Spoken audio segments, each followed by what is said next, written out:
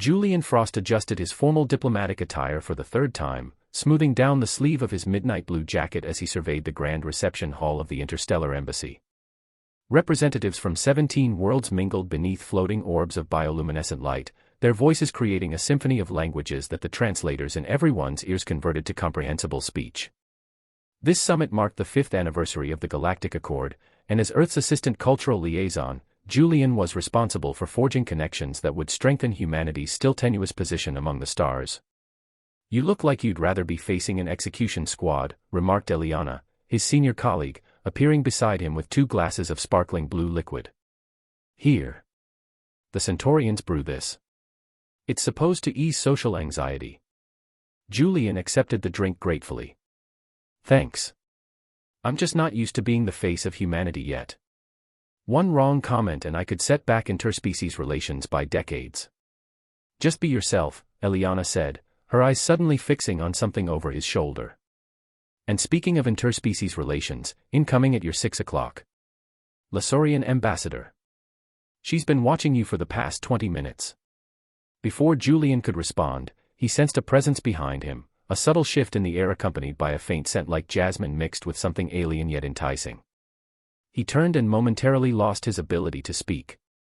The Lasaurian stood nearly as tall as his 6 feet, her posture graceful and assured. Her skin shimmered with a subtle pearlescent quality that shifted between pale lavender and blue depending on how the light struck it. Instead of hair, delicate tendrils that resembled spun crystal framed her face, occasionally moving of their own accord. But it was her eyes that captured him, large, almond-shaped, and a deep violet that seemed to hold the mysteries of distant galaxies. "Assistant Cultural Liaison Frost," she said, her voice musical with an undertone that reminded him of distant wind chimes. "I am Frost-Vexora, first emissary of Lysoria. Your reputation precedes you." Julian recovered his composure, bowing slightly in the Lasaurian custom he'd studied. "Emissary Vexora, the honor is mine. Though I wasn't aware I had any reputation worth preceding me." A smile played at the corners of her mouth, revealing teeth that were just slightly sharper than human ones. "Your work on the Proxima Centauri cultural exchange was illuminating. Few humans demonstrate such intuitive understanding of non-terrestrial perspectives." "High praise from a Lasaurian," Eliana murmured, then excused herself with a knowing glance at Julian. As Eliana departed, Thala moved closer. Julian noticed intricate patterns etched into her skin, not tattoos, but natural markings that seemed to pulse subtly with her breathing. "Would you walk with me, Mr. Frost?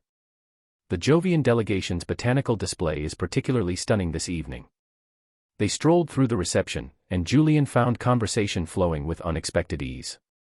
Thala possessed a quick wit and insightful questions about Earth culture that went far beyond the standard diplomatic exchanges. When she laughed at his description of trying to explain baseball to the mathematically precise Arcturians, the sound sent a pleasant shiver down his spine. "Our worlds have much to learn from each other," Thala said as they paused beside a floating garden of phosphorescent plants. The formal proceedings of this summit barely scratched the surface of true cultural understanding. "I couldn't agree more," Julian replied. "These events are necessary but insufficient." Something flickered in her violet eyes, approval, perhaps, or something deeper. "Then perhaps you would honor me by continuing our discussion in a more personal setting. I would like to host you for dinner tomorrow evening. In my culture, sharing a meal prepared with one's own hands is the foundation of genuine connection." Julian hesitated only briefly. Private engagements with alien dignitaries weren't uncommon, but something in her gaze suggested this invitation carried particular significance. "I would be delighted," he said finally. "Excellent." Thala's tendrils swayed slightly, which Julian recognized as a sign of pleasure. "Come to my quarters at the lunar hour. Bring only yourself and an open mind." She reached forward, her slender fingers brushing his wrist in what seemed a casual gesture. Where her skin touched his, he felt a warm tingle that lingered after she withdrew. As she glided away to rejoin the Lasaurian delegation, Eliana reappeared at Julian's side. "Well, that looked intense," she observed. "What did the illustrious first emissary want?" "She invited me to dinner. Tomorrow night." Eliana's eyebrows shot up. "Just you?" "Julian, be careful. Lysarians don't do anything without layers of meaning. Their casual gestures are loaded with cultural significance we barely understand." It's just dinner, Eliana. Cultural exchange is literally my job. MMM. She didn't sound convinced. Just review the briefing files on their bonding rituals before you go. Their concept of connection isn't always what we'd expect. Julian nodded, but his thoughts were already elsewhere, replaying the musical cadence of Thala's voice and the mysterious depths of her violet eyes. As a diplomat, he knew the importance of maintaining professional distance, yet something about the Lasorian emissary had awakened a curiosity that went beyond diplomatic protocol. Tomorrow night couldn't come soon enough. Julian arrived at Thala's diplomatic quarters precisely at lunar hour, his heartbeat quickening as the door dissolved before him rather than sliding open. The entrance revealed itself as a shimmering portal that rippled like water when he passed through. "You honor me with your punctuality," Thala's voice floated from within. She emerged from an adjoining chamber, and Julian's breath caught in his throat. Gone was the formal diplomatic attire from yesterday's reception. Tonight, she wore flowing garments of a material that seemed to capture and release light with her every movement. The crystalline tendrils framing her face were adorned with tiny glowing beads that pulsed in rhythm with what he assumed was her heartbeat. Her pearlescent skin gleamed with a subtle luminescence that made her appear to glow from within. "You look magnificent," Julian said, instantly regretting the inadequacy of human language. Thala's violet eyes sparkled. "And you clean up quite well for a terrestrial," she replied with that musical lilt in her voice that had haunted his thoughts all day. Despite Eliana's warnings, Julian had only skimmed the briefing files on Lasorian customs. Something about Thala made him want to experience her culture firsthand rather than through the clinical lens of diplomatic reports. The living space defied Earth architectural concepts. Surfaces curved organically into one another, and what appeared to be solid might suddenly become transparent. At the center stood what he assumed was a dining area, low cushions surrounding a circular platform that hovered a few inches above the floor. "Please, remove your footwear," Thala instructed. "On Lysoria, we believe that connection to the ground beneath us keeps us honest with one another." Julian complied, noticing that the floor beneath his bare feet was pleasantly warm and seemed to pulse slightly, almost like standing on something alive. Thala gestured him toward one of the cushions. "Before we begin, I must ask, do you have any physical aversions or dietary restrictions I should know of?" Her tendrils swayed slightly forward, indicating the seriousness of the question. "None that I'm aware of," Julian replied. "I've been immunologically cleared for most known interspecies cuisines." A smile played across her lips. "Good. Tonight is not about diplomatic caution, but about discovery." She pressed her palm to a panel in the wall, and a section of ceiling became transparent, revealing the Earth hanging like a blue jewel against the velvet of space. "I thought you might appreciate the view from lunar orbit while we dine." The meal began with a ritual cleansing of hands. Thala poured warm, scented water from a floating vessel over his fingers, then guided his hands to do the same for her. Her skin felt like warm silk beneath his touch. "In my culture, preparing food for another is an act of deep trust," she explained as the dining platform's surface changed color, and small depressions formed to receive various dishes that rose from within. "By accepting it, you acknowledge the vulnerability we share as living beings." Each course was more extraordinary than the last. Fruits that changed flavor with each bite. A broth that seemed to contain galaxies in miniature. A bread-like substance that melted on the tongue and left behind a sensation like gentle electricity. Throughout the meal, Thala guided him through small rituals, ways of serving, of accepting, of expressing appreciation, that felt strangely intimate. "This next dish holds special significance," she said, producing a small bowl containing something that resembled iridescent honey. "On Lysoria, we call it kitharel, the essence of communion. It is traditionally shared directly." She dipped her finger into the substance, then held it out to him. Julian hesitated only briefly before leaning forward and allowing her to place her finger against his lips. The taste was indescribable, sweet and complex with notes of something ancient and powerful. A pleasant warmth spread through his body. "Now you offer to me," she instructed softly. Julian repeated the gesture, his pulse racing as Thala's lips closed around his fingertip. Her eyes never left his, and he felt something pass between them, a current of energy or understanding that transcended words. "There is a saying on my world," Thala murmured after they had completed the exchange. "The body recognizes its complement long before the mind acknowledges it." The intimacy of the moment was undeniable. Julian found himself drawn to her in a way that went beyond physical attraction or diplomatic curiosity. There was something about her presence that felt like coming home to a place he'd never been. "Tell me of your world," he said, wanting to know everything about her. "Not the official history or the diplomatic briefings. Tell me what you love about it." Thala's expression softened. "We are a people of connections, Julian. Every aspect of our lives is built around the bonds we form, with each other, with our environment, with the cosmos itself. Our cities grow from living crystal that responds to our needs. Our children are raised by communities rather than pairs. Our greatest art forms are those that create connections between minds." As the meal progressed, the distance between them, physical and cultural, seemed to diminish. Their conversation flowed from serious discussions of interspecies philosophy to laughter over the absurdities of diplomatic protocol. Occasionally, their hands would brush against each other, and each time, that same electrical tingle would pass between them. For dessert, Thala produced a fruit that appeared to be made of translucent crystal, glowing faintly from within. "The heart fruit is considered a delicacy among my people," she explained, slicing it with a ceremonial blade. "It grows only in the presence of harmonious emotions. The sweeter the environment, the sweeter its flesh." She held a piece to his lips. "We believe that sharing heart fruit creates a special understanding between souls." Julian accepted the offering, then reciprocated. As Thala's lips closed around the fruit he offered, her violet eyes locked with his in a gaze so intense he could almost feel her presence inside his mind. "There is one final tradition," she said, her voice taking on a formal quality that contrasted with the intimacy of the moment. "If you would honor me by completing our meal according to Lasorian custom." She extended her hands, palms up. Julian placed his hands in hers without hesitation. "Repeat after me," she instructed.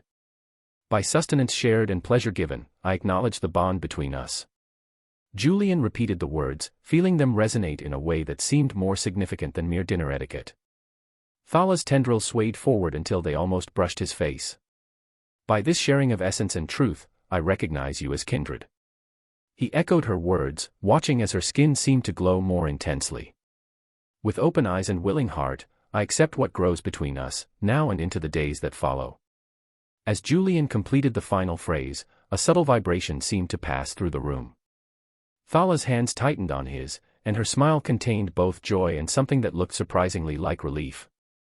"It is done," she whispered. "And beautifully so." Julian smiled back, unaware that he had just participated in something far more binding than a simple cultural dinner ritual, something that would change both their lives forever. "Would you care for a nightcap?" Thala asked, her violet eyes luminous in the soft ambient light as the remnants of their meal sank back into the dining platform. Julian nodded, still feeling the pleasant buzz from the various exotic beverages they had shared throughout the evening. He followed her to what appeared to be a sitting area, where plush surfaces morphed from the floor to create comfortable seating. Through the transparent ceiling, Earth continued its slow rotation, clouds swirling across its blue surface like cream in coffee. Thala poured a glowing amber liquid from a decanter that seemed to be made of the same living crystal as much of her quarters. "This is distilled from flowers that bloom only in the light of Lysoria's 3 moons," she explained, handing him a glass. "We call it Veritale. Truth serum is your closest translation, though that implies a coercion that isn't present. It simply lowers the barriers between what we feel and what we say."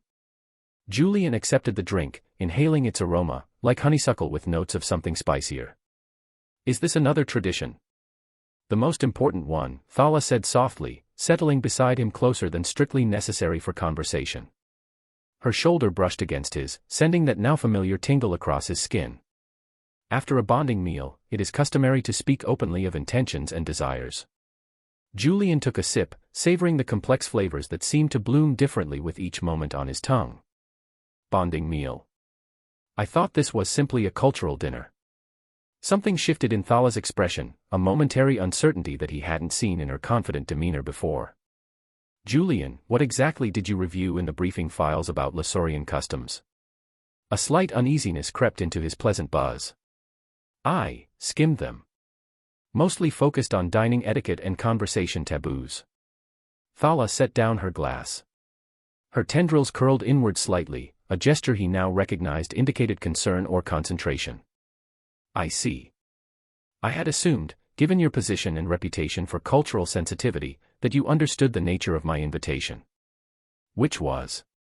Julian's diplomatic instincts were now fully alert despite the relaxed atmosphere and the effects of the various intoxicants. Thala took a deep breath. The meal we just shared, with all its associated rituals, is what my people call the Kitharan, the ceremony of recognition. It is how we establish formal pair bonds. She looked directly into his eyes. By the laws of my world, we are now considered life mates. Julian nearly choked on his drink. We're, what? Bonded, Thala said simply. Traditionally, the bond forms after a period of mutual observation and assessment. I have been studying your work and behavior for nearly a standard year, Julian. Your empathy, your intellectual curiosity, your adaptability, these qualities are highly valued among my people. When we met yesterday, I felt the physical and energetic compatibility that my preliminary assessment suggested. Julian set down his glass, his mind racing. Are you saying that I just got married? Without knowing it. Married isn't precisely accurate, Thala explained, her voice remaining calm though her tendrils betrayed her anxiety by their rapid movement. Our bond is more comprehensive than human marriage. It encompasses emotional, spiritual, and biological compatibility with the intention of eventually producing offspring. Offspring. Julian stood abruptly, needing physical distance to process this information. Thala, our species aren't even compatible on a genetic level. No, not naturally, she acknowledged. But Lasorian bonding creates subtle biological changes in both partners over time, and with medical assistance. She trailed off, reading his expression. I see I have presumed too much, too quickly. Julian paced across the room, running a hand through his hair. This is a lot to take in.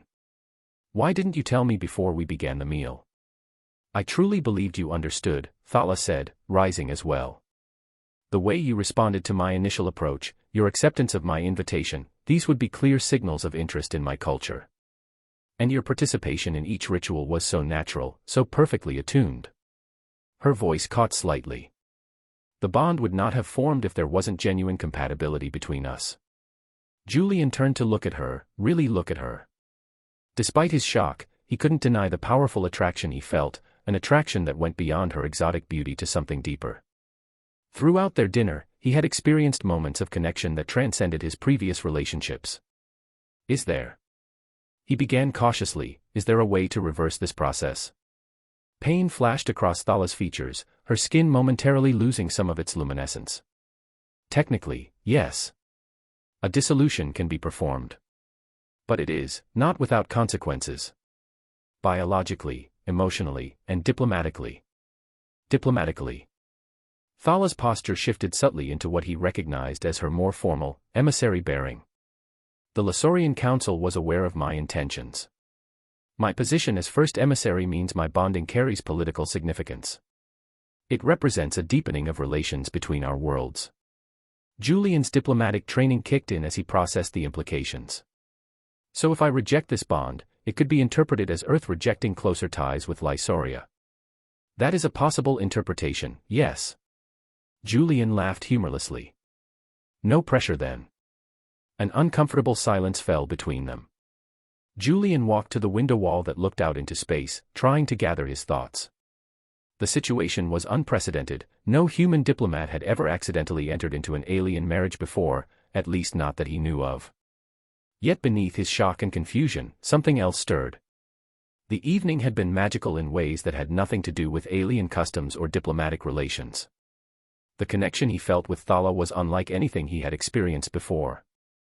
He turned to find her watching him, her expression composed but vulnerable. The very tail loosened his tongue. I feel drawn to you in ways I don't fully understand. If we had met under different circumstances, we would have had time, she finished for him. Time to explore what exists between us without the weight of cultural and diplomatic expectations. She moved toward him, stopping just short of touching distance. Julian, I would never wish to trap you. If you desire dissolution, I will support your decision, regardless of the consequences to me. Consequences to you. Her tendrils drooped slightly. A dissolved bond brings shame to the initiator. I would likely be recalled from my position. And there are physical effects as well. Our biology changes with bonding in ways that make separation painful. Julian felt a surge of protectiveness that surprised him with its intensity. The thought of causing her pain or damaging her career disturbed him deeply. And if he was honest with himself, the idea of never seeing her again after tonight was equally distressing. What happens now? He asked quietly. What would be expected of us, of me, going forward? Thala's expression softened with hope.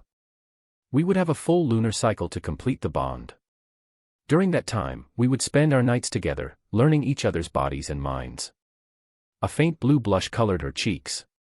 If you choose to honor the bond, a public ceremony would follow, attended by representatives of both our worlds.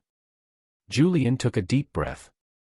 Maybe it was the fairy tale, maybe it was the lingering effects of the rituals they had shared, or maybe it was simply his own feelings breaking through his shock, but he found himself reaching for her hands. I don't know what the right decision is yet, he said honestly. But I do know that I don't want this night to end with us as strangers. Relief washed over Thala's features. She stepped closer, her body now just inches from his. Then perhaps we should continue as tradition dictates, by exploring the physical aspects of our compatibility. Her hands slid up his arms to his shoulders, leaving trails of tingling warmth wherever she touched. Julian hesitated only briefly before closing the distance between them, his lips finding hers in a kiss that sent sparks cascading through his entire body.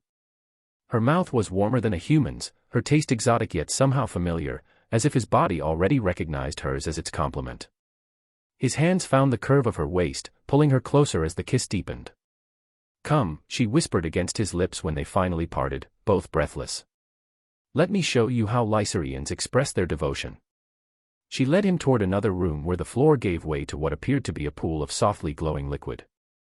As they reached its edge, her garments dissolved like morning mist, revealing the full glory of her pearlescent body, marked with those intricate patterns that now pulsed rapidly with what he assumed was desire.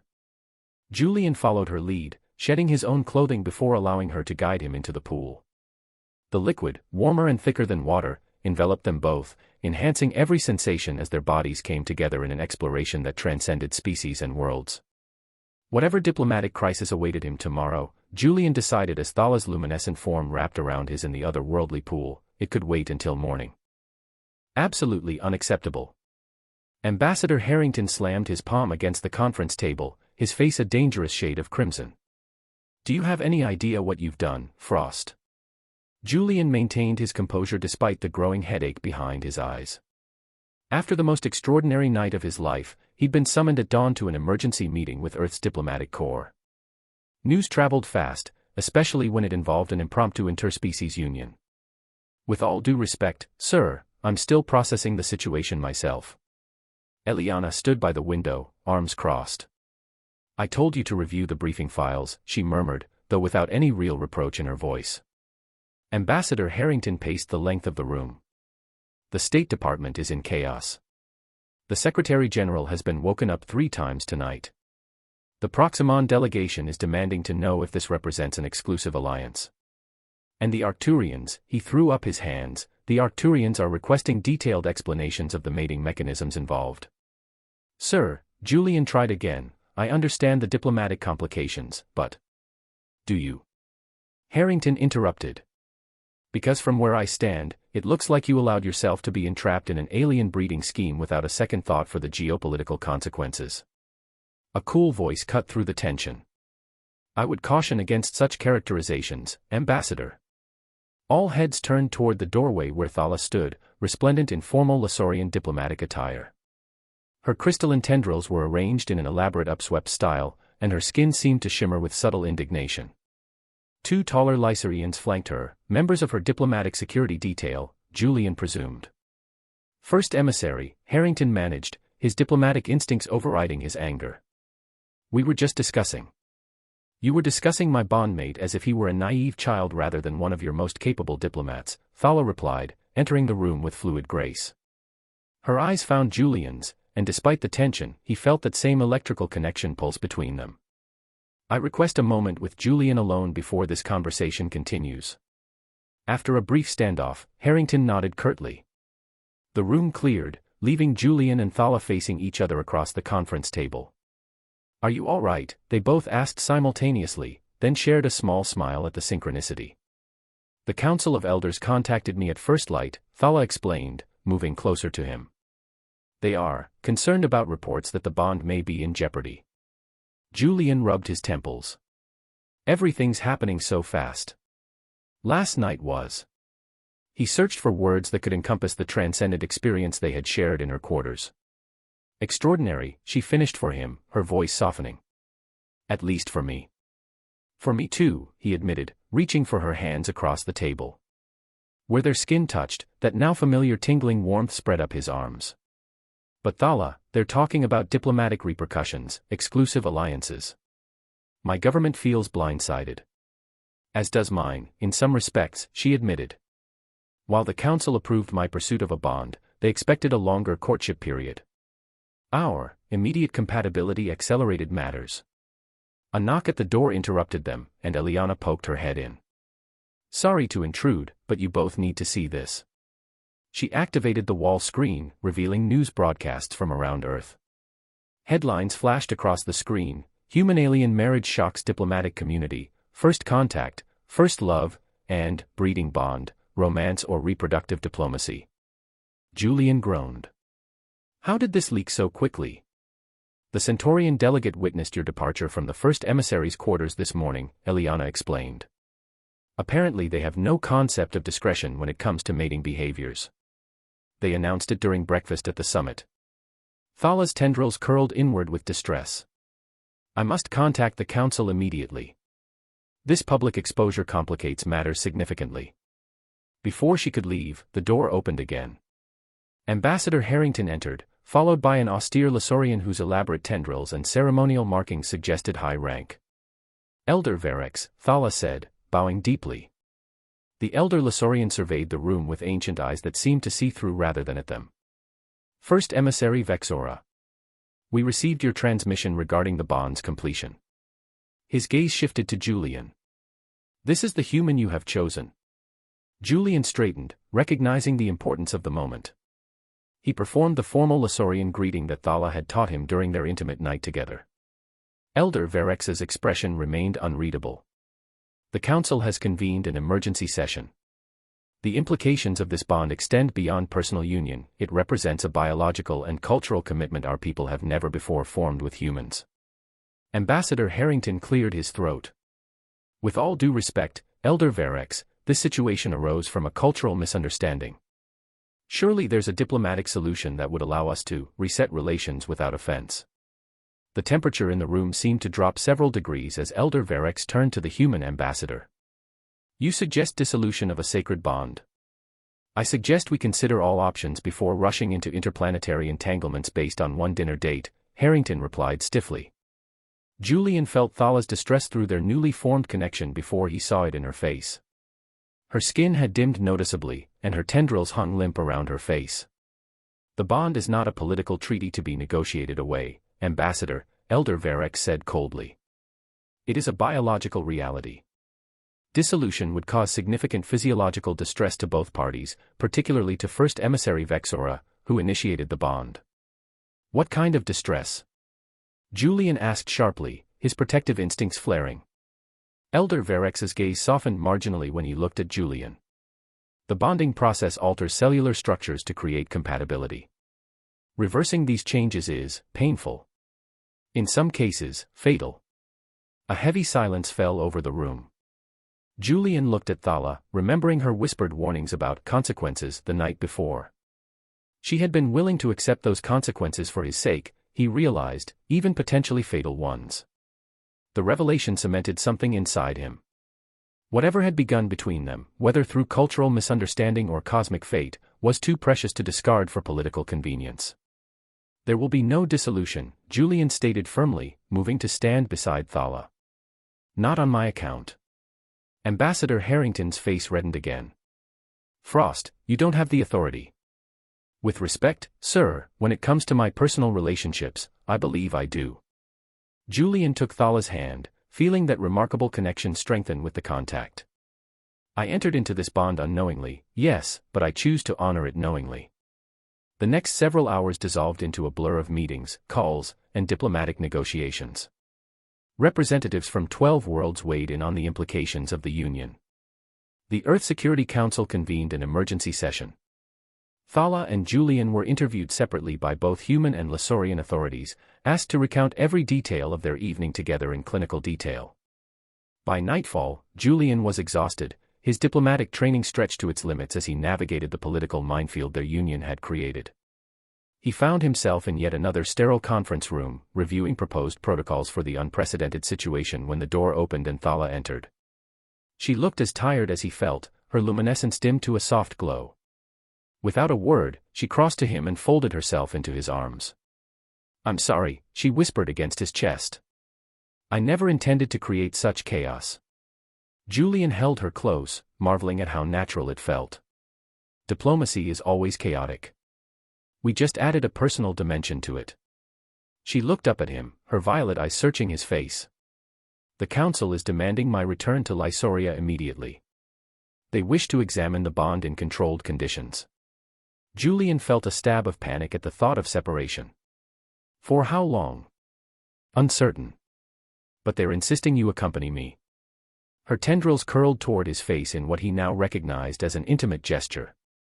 It would be the first time a human has visited our homeworld. The implications were enormous. No human had ever been invited to Lysoria, their world remained one of the most mysterious and closed in the Alliance. "Your people would accept me. As my bondmate, you would have protected status." A small smile played at her lips. "Though you might find some of our customs challenging." Julian laughed softly, remembering the extraordinary night they had shared. "More challenging than accidentally getting alien married?" Her answering laugh sent ripples of light cascading across her skin. "Perhaps not." A knock interrupted them, and Eliana entered with a data tablet. "Sorry to intrude, but you're both needed. The Interplanetary Council has convened an emergency session to discuss your situation." Julian sighed, his brief moment of peace shattered. "Tell them we'll be there shortly." As Eliana departed, Thala reached up to touch his face. "Whatever happens in that council chamber, Julian, know that the bond we formed is real. I felt it the moment we met, a recognition beyond explanation." Julian covered her hand with his own. "I feel it too." And he did, a connection that had somehow grown stronger with each passing hour, as if their bodies and minds were gradually calibrating to each other across the gulf of their different biologies. "Then we face them together," she said, her voice strengthening. "Not as Earth and Lysoria, but as Julian and Thala." He leaned down to kiss her, no longer concerned about who might see or what diplomatic tremors it might cause. Whatever waited for them in the council chamber, they would confront it as what they had become, partners in a bond that transcended worlds. The Grand Chamber of the Interplanetary Council hummed with tension. Representatives from 17 worlds sat in tiered seats that formed a perfect circle, their faces illuminated by the soft blue glow emanating from the central platform. Julian and Thala stood together at the center, the focus of every eye in the chamber. Julian had never imagined he would find himself here, at the literal center of interplanetary politics, because of a romantic entanglement. His diplomatic training had prepared him for crisis negotiations, cultural mediation, even the occasional hostile encounter, but nothing had prepared him for defending his accidental marriage to an alien emissary before the assembled powers of known space. "The Council recognizes Ambassador Harrington of Earth," intoned the Arcturian moderator, her translucent body pulsing with the formal colors of official proceedings. Harrington rose, his expression grave. "Esteemed representatives, we face an unprecedented situation. What began as a cultural misunderstanding has escalated into a potential diplomatic crisis. While we respect Lasorian traditions, Earth cannot recognize a binding union formed without informed consent. We request a formal dissolution with appropriate cultural accommodations to avoid offense." Murmurs rippled through the chamber. Julian felt Thala tense beside him, her tendrils curling inward with distress though her face remained composed. "The Council recognizes Elder Varex of Lysoria," the moderator announced. The ancient Lasorian rose with fluid grace that belied his years. "For millennia, the Kitharan bond has been the foundation of Lasorian society, a sacred connection that transcends mere political arrangement. It cannot be formed without genuine compatibility at the cellular level." His gaze swept the chamber. "To suggest dissolution for diplomatic convenience is to ask us to violate our most fundamental beliefs." Furthermore, the biological changes now underway cannot be reversed without significant risk to both parties, particularly to First Emissary Vexora. The Jovian representative leaned forward, his massive form causing his section of seating to creak ominously. What exactly are these biological changes? Is there a security concern? Julian had been wondering the same thing. Since their night together, he had noticed subtle changes, increased sensitivity to light and sound, an awareness of Thala's emotional states even when they weren't in the same room, and a strange new ability to see patterns of energy around living things. Elder Verex gestured to a Lasorian scientist who stepped forward with a holographic display. The Kithaeron bond creates cellular resonance between partners, a harmonization of biological rhythms and neurological patterns. In compatible pairs, it enhances communication, empathy, and eventually enables the creation of offspring despite genetic differences. Gasps and murmurs filled the chamber. The word, offspring, echoed like a thunderclap. Are you saying, the Centaurian delegate asked incredulously, that this human and Lasorian could reproduce? With medical assistance, yes, the scientist confirmed. The bond prepares both bodies for genetic compatibility over time. It is why the bond cannot be entered into lightly or dissolved without consequence. Julian felt dozens of eyes turn to him, assessing him like a specimen. Beside him, Thala stood tall, her dignity unwavering despite the clinical discussion of their most intimate connection. Ambassador Harrington cleared his throat. Earth was not informed of these reproductive implications when diplomatic relations were established with Lysoria. Because they were not relevant until now, Elder Verex replied coolly. We do not enter bonds with other species lightly. First Emissary Vexora is the first in our recorded history to form such a connection with a human. The moderator's translucent form pulsed with calming blues. Perhaps we should hear from the parties most directly affected. The council recognizes Julian Frost of Earth. Julian stepped forward, acutely aware that his words would be recorded in interplanetary diplomatic archives for centuries to come. He had prepared remarks, carefully crafted with Eliana's help to navigate the political minefield. But standing there, feeling Thala's presence beside him and the undeniable connection between them, those prepared words felt hollow. Esteemed representatives, he began, then paused. 3 days ago, I was simply a cultural liaison doing my job. Today, I stand before you bonded to another being in ways I'm still coming to understand. He turned to look at Thala, drawing strength from her presence.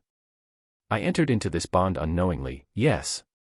But having experienced it, I cannot pretend it doesn't exist or that it means nothing. He faced the council again.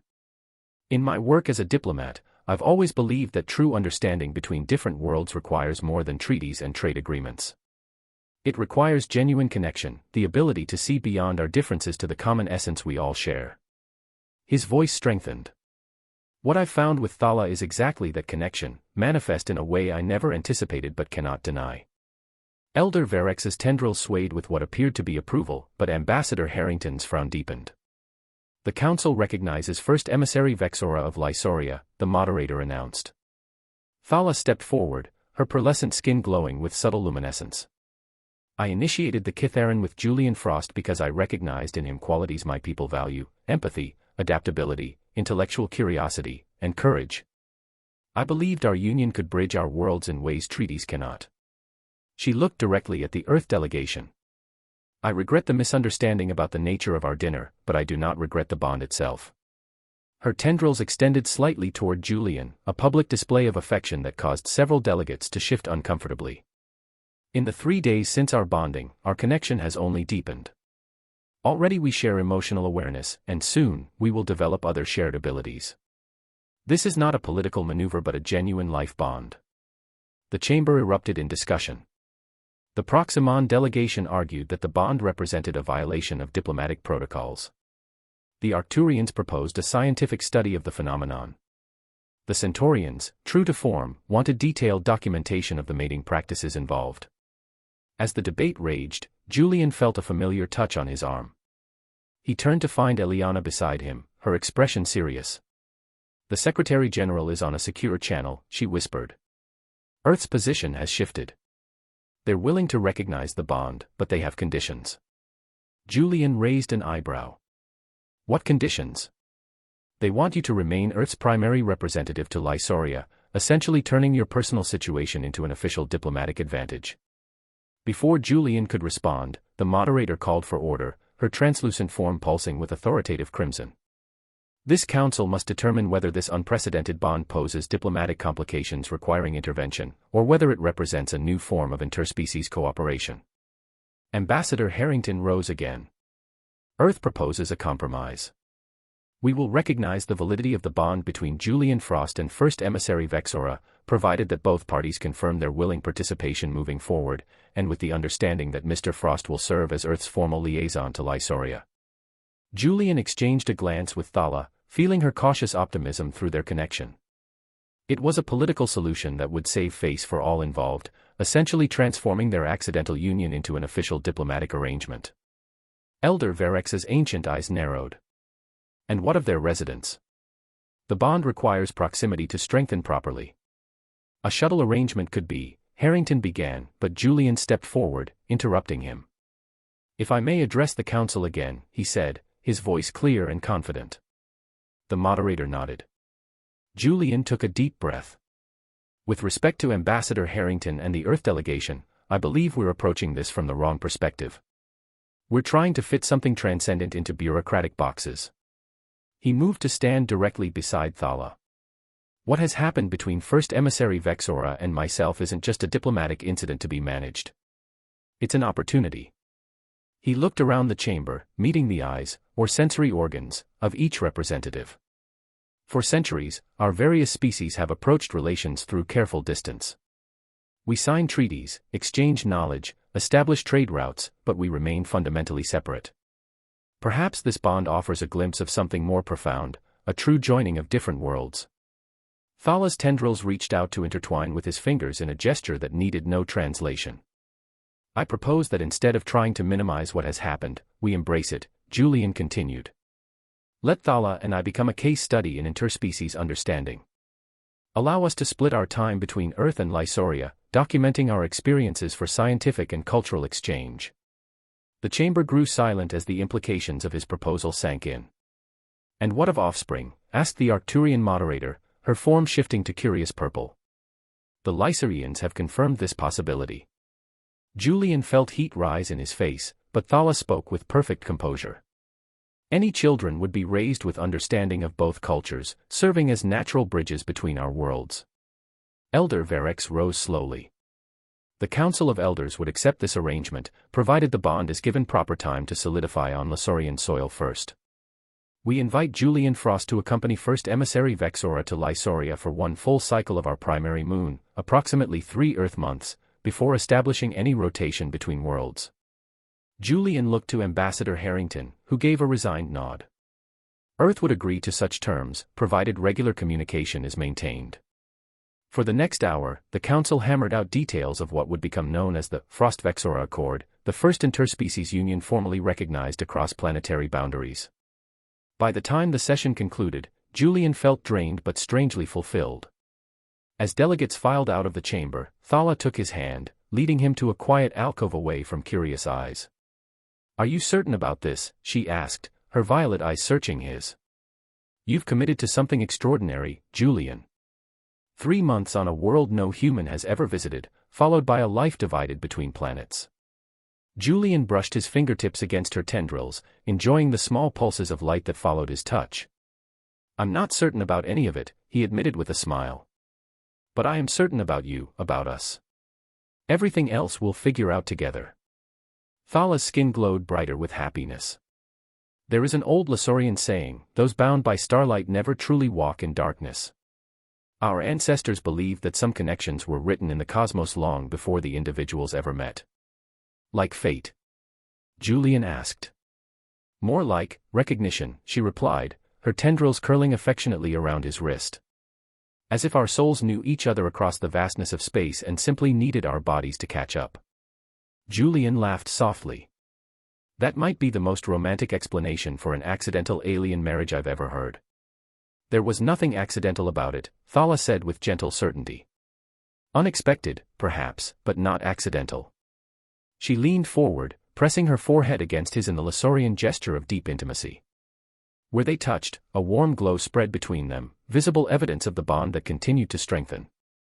When do we leave for Lysoria? He asked, already imagining the wonders of her world. "Tomorrow at first light," she replied. "I should warn you, you'll be the first human many of my people have ever seen. Expect curiosity, some wariness, perhaps even awe." "I think I can handle it," Julian said. "After all, I managed to navigate dinner with you."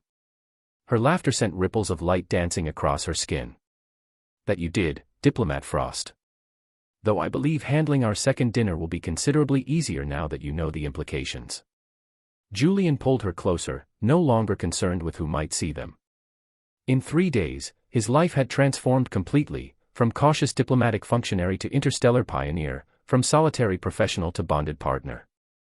The path ahead was uncertain, filled with challenges neither of them could anticipate, but he faced it with a sense of wonder rather than trepidation. "I look forward to many more dinners," he murmured against her temple. "And everything else that comes with them."